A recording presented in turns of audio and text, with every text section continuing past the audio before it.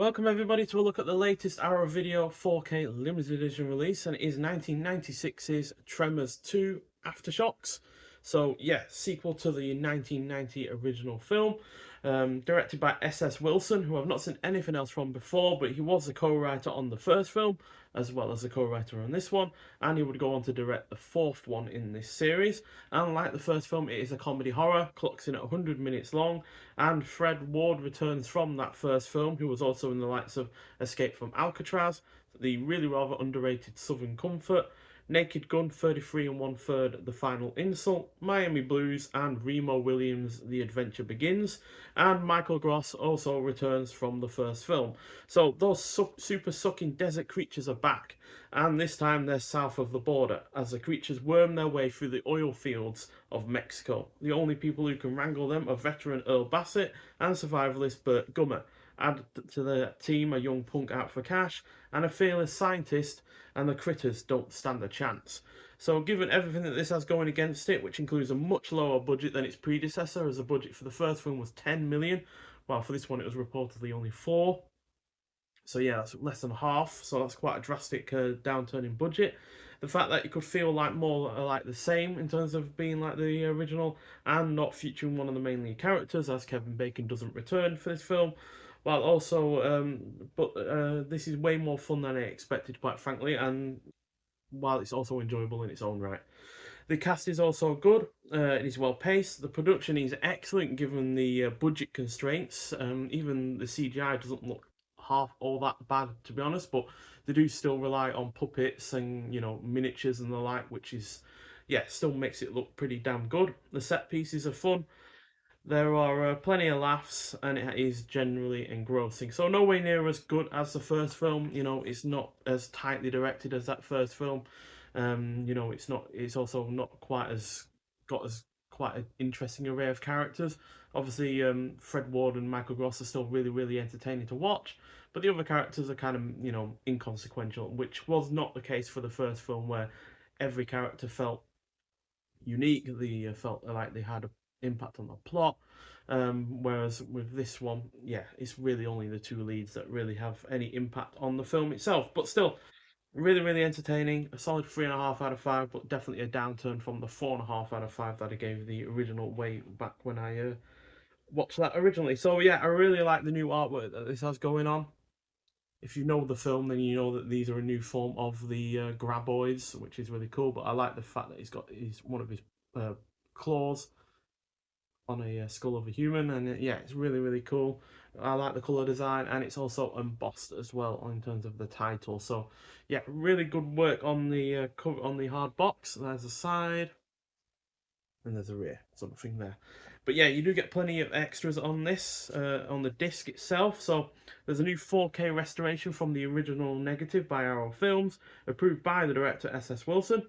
You've also got original lossless 2.0 and 4.0 surround audio, optional English subtitles, brand new feature commentary by director, co-writer S.S. Wilson and co-producer Nancy Roberts.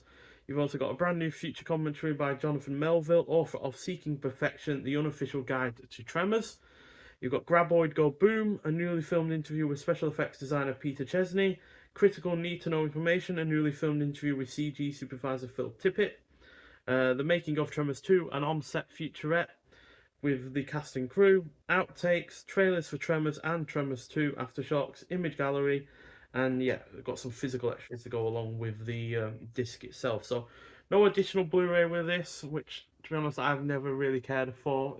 To be honest, if you're getting a 4K, you want to see it in 4K. You're never going to just go and see the Blu-ray instead. Can't see any reason for doing that. But yeah, the artwork on the case is the same. I'm not sure if there's a reversible. Yes, there is. We've got reversible artwork as well, which is the original artwork for the film, which is decent enough.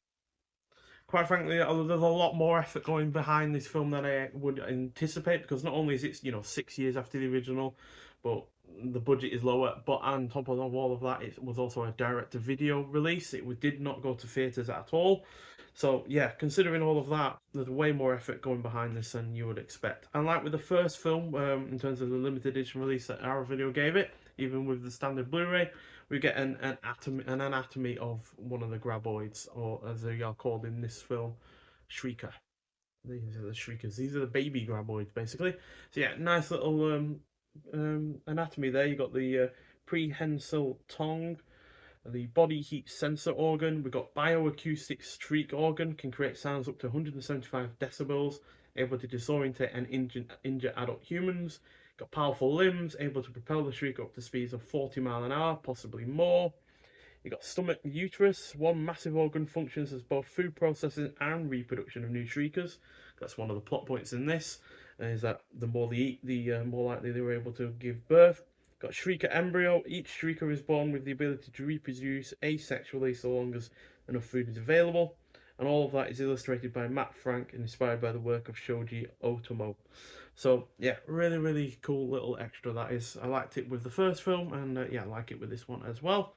I also get a nice poster, which is on really nice paper, which again has the new artwork and the original poster as well. So there we go.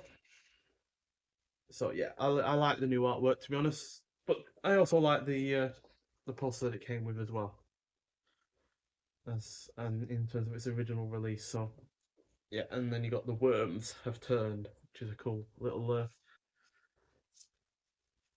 quote from the well, whatever you call it in terms of that kind of movie thing. I'm forgetting now. Tagline. That's it. But yeah, you also get a nice booklet to go with this, which again has the artwork on the front, the new one, and then the original poster on the back. And yeah, in this booklet we've got cast and crew. We've got a whole new ball game, writing Tremors 2 Aftershocks by Jonathan Melville. Then we've got tapes, discs, and double-digit franchises, a whistle-stop history of the Universal Pictures direct-to-video sequel by Matty Buderix and Dave Wayne. And then we've got about the restoration and the production credits. So, yeah, overall a really enjoyable film. And yeah, you've got some behind the scenes shots here, and which yeah, it's cool that they can collate these kind of things, because usually these kind of such things as this go completely out the window in terms of history. I'm pretty sure that's S.S. Wilson himself. So yeah, overall a really, really good film. By no means as good as the original, there's no doubt about that. And yeah, but as far as direct-to-video sequels go, you can do a hell of a lot worse. There are so many awful, awful direct-to-video sequels of successful theatrically released films, and yet this is nowhere near as bad in terms of quality as those films. While, like I said, it's also enjoyable in its own right. So, well worth watching. The 4K itself looks really good, although I have nothing to compare it to because I've never had the Blu-ray of this. Although there is a Blu-ray collection of all of the Tremors films, and I think the TV show coming out at some point this year.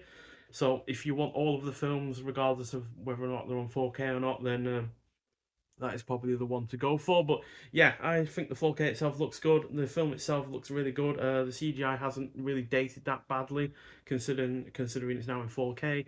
And yeah, the film as a whole is really fun and entertaining. And Fred Ward and Michael Gross are still enjoyable to watch on the screen, and they've still got that that kind of chemistry between one another, as well as their characters themselves are still fun to watch while they've slightly expanded upon as well. So, all in all, a really, really good film and one I highly recommend, especially if you enjoyed the first film.